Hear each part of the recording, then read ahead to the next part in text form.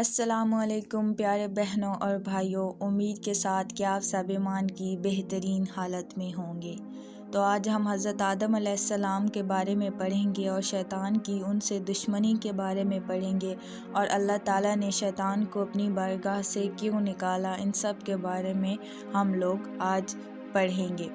تو مورخین کا بیان ہے کہ جب زمین پر حکومتوں کے مختلف ادوار گزر چکے اور آخر میں جن اور نسناس کو ختم کرنے کے بعد عزازیل براویت تبری 1000 سال حکومت کر کے انانیت میں مبتلا ہو کر اپنے تقدس کا بھانڈا پھوڑ بیٹھا، تو خالق کائنات نے جھنجھلا کر فرشتوں سے خطاب کرتے ہوئے کہا، اب میں اپنا خلیفہ اپنے ہاتھوں سے بنا کر زمین پر بھیجوں گا اور اسے ایسا قرار دوں گا کہ اس کی نسل سے انبیاء رسول ائمہ پیدا ہوں گے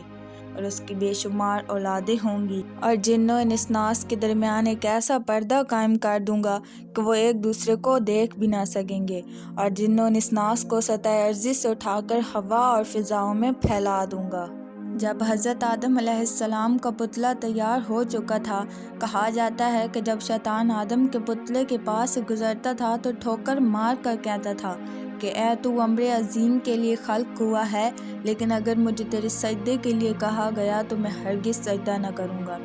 حضرت آدم کے جسم کی تعمیر و تشکیل کے بعد خالق کائنات نے فرشتوں کو حکم دیا کہ حضرت آدم علیہ السلام کو سجدہ کریں۔ سب روایت ہے کہ سب نے سجدہ کیا سوائے ابلیس کے۔ جب ابلیس تکبر سے بھر چکا، تکبر سے کام لیا، تو خدا نے اسے مردود کر دیا۔ خداوند عالم نے سب سے پہلے اسے اپنی رحمت سے دور فرمایا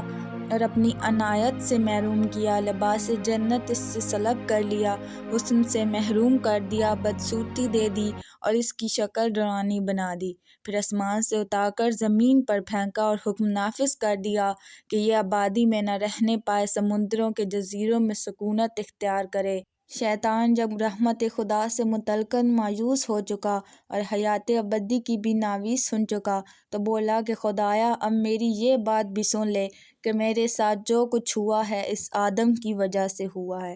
اب مجھ سے جو ہو سکے گا اس کے ساتھ بھی کروں گا اور اس کی اولاد کے ساتھ بھی۔ اس کی اولاد کو تیرے مخلص بندوں کے علاوہ سب کو بہکا دوں گا اور صراط مستقیم سے ہٹا دوں گا۔ خدا نے فرمایا کہ میں ان کی اولاد کو عقل سے بہرہ کر دوں گا اور انہیں اچھے برے رستے بتا دوں گا، اس کے باوجود اگر انہوں نے تیری پیروی کی تو میں جہنم کو ان سے بھر دوں گا۔